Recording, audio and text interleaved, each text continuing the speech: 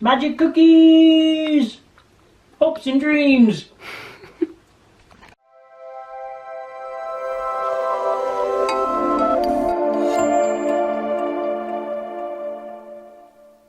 Good morning, everyone.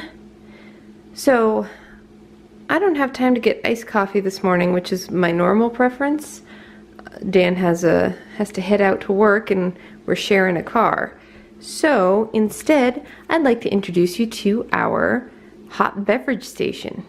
Ooh, and Dan. Ooh. Vanna it, Dan.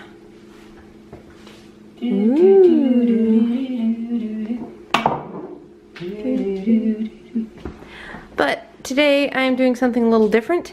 I'm not a huge fan of the espresso that we have here, so using the French press, I put in espresso as well as a healthy dose of peppermint cryo brew, which is a cacao drink. It's basically just cocoa nibs with some peppermint essential oil, and you brew it like you would tea. So we're gonna see in a little while how this comes out after it's had some time to steep. Now, as far as flavor goes, I don't use sugar or sweetener in any of my coffees or teas. So it's a little bitter. It would probably be rough for some people, but for me, I think it tastes delightful. Yay!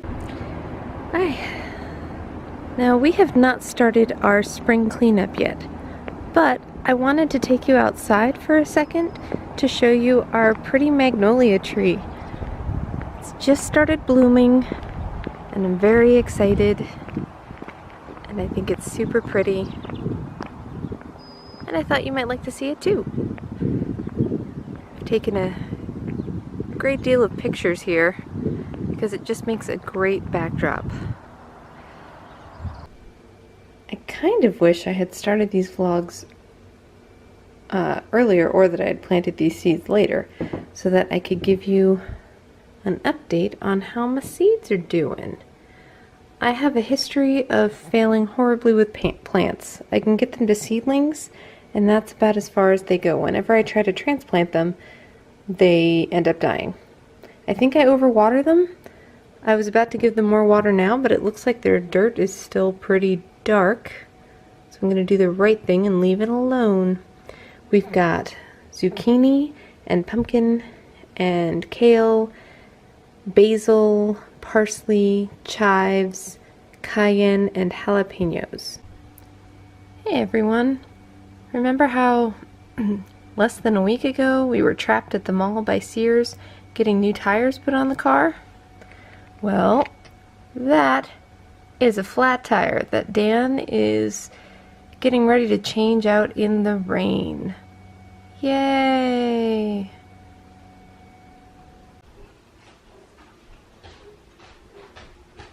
Hey Jess!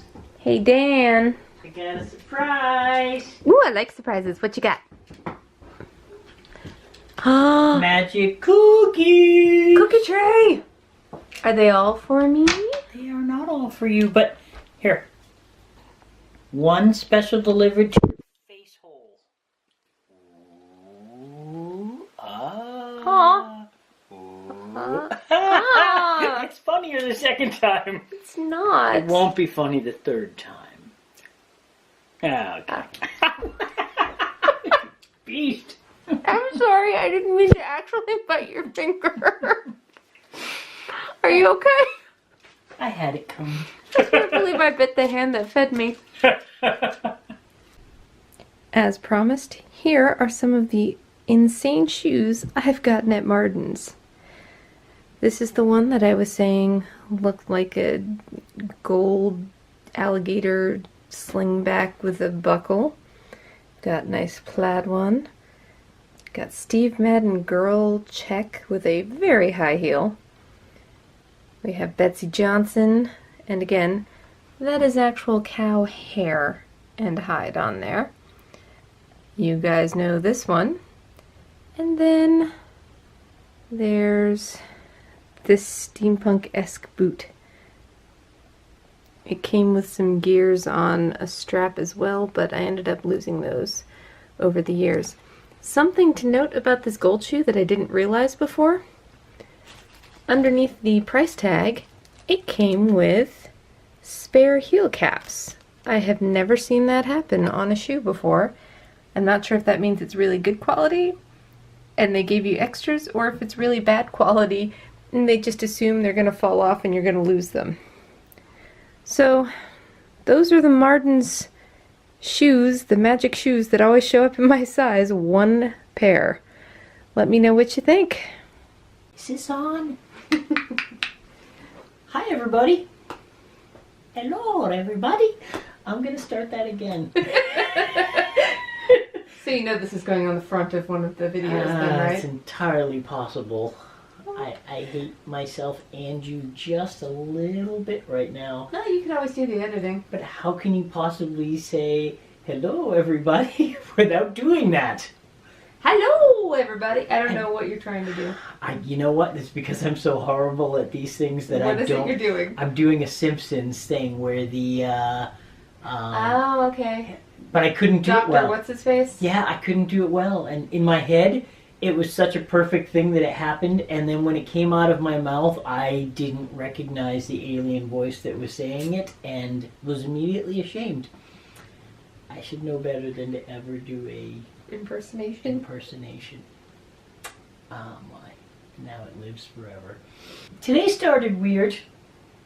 I left for work a little early, intending to stop and grab a coffee, and got outside the driveway and realized that there was a flat in the brand new tires that we just got a few days ago. Yeah, remember that video where we were trapped in a mall, being held hostage? Tires and brakes, right? So we limped home and proceeded to change a tire in the cold, wet rain. That was no fun. Because you never change a tire. You never just go, oh, I think I'll take a wrench out of the truck and change this tire. It's always a process. They always hide the spare tire underneath all the accumulated trash of years of ownership in the back of that vehicle. So I had to unload a couple 100 pounds of things from there, fight my way through the remnants of every camping trip we've ever had with disposable forks or weird accumulated refuse. I like that you think they're going to believe we go camping. By that I mean any day trip where I have to bring a lunch. Camping. And then find the spare, unloose the spare, find out where they've hidden the tools in this particular make and model of car, and the jack, free them from their draconic prison, which involved me wearing work gloves. And then try to assemble the pieces of equipment that might actually jack up your vehicle in the rain, which is very cold today. Your vehicle was jacked up. So I did eventually get it going, but it was an awkward start to the day, and now I'm riding on a bubble and a tire, and I really don't have room or time to go replace this thing.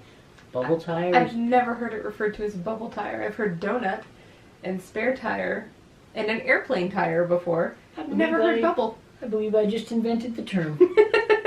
It's a bubble tire. Bubble tire. It is from now on. Because you have to be careful when you have a bubble, one of those things in your tire, and you also have to drive carefully on a bubble tire. You heard it here first. A bubble tire. What I want most right now is a cup of tea. And so I'm going to make one. But most people, when they're making a cup of tea, grab a tea bag, grab a boiling cup of water from the tea kettle, not from the microwave, you heathens. I didn't know this before. I never owned a tea kettle until we got married. I used to microwave my water. If you make tea with microwave water, you are a heretic and need to be burned at the stake. I mean, I don't have a whole lot of extreme views, but I think this one is justified. No? But what I thought you might not know is that I also have an entire tea shop in the house. So when we closed my physical tea shop last month, we moved all of it here and set up a corner of our studio that we're normally staring at while we're filming this. So the stuff you can't see, well, you'll see it in a minute when he's making tea. Yeah, because I'm going to go make a cup of tea. So we'll be right back. Right?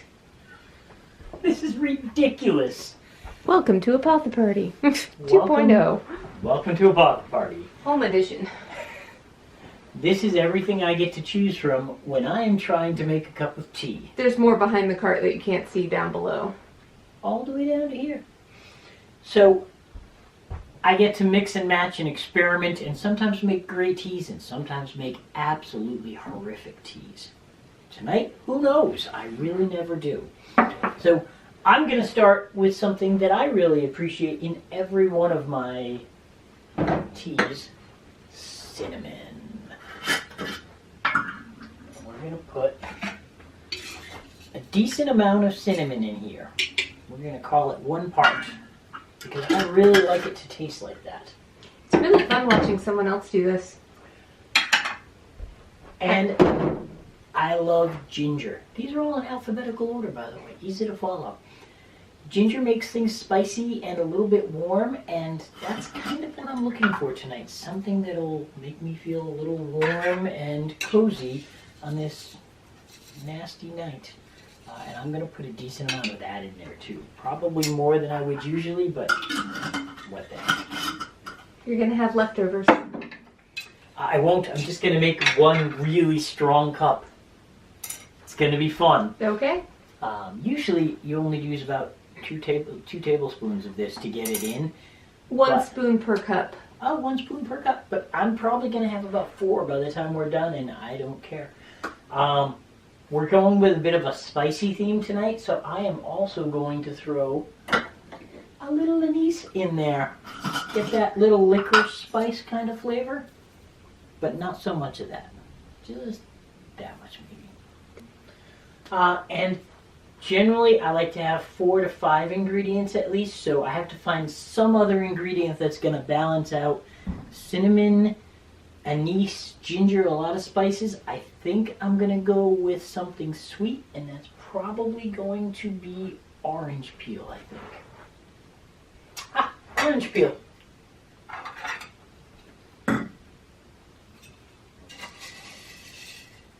But I don't have much room for too much of it. You can't smell this, but this orange peel is very pungently sweet.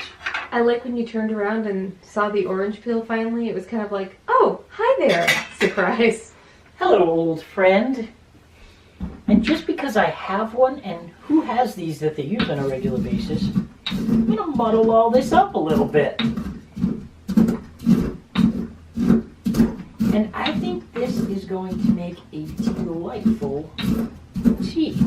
Also, great way to relieve stress. And today has been one of those days. I spent a good part of today at work at a wastewater treatment facility.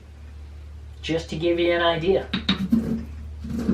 Still raining and nasty, but I also had the wonderful smells and surroundings of people taking care of a large city's waste. Alright, so normally 1 spoon of this. Tonight I've earned more. 1, 2, 3. Okay, I'm really only going to do 3. There'll be a few leftovers. You're right, Jess. I bow to your wisdom. Neener, neener, neener. Pop this into my very, very hot boiling water. And that's it for me. I'm going to go enjoy this.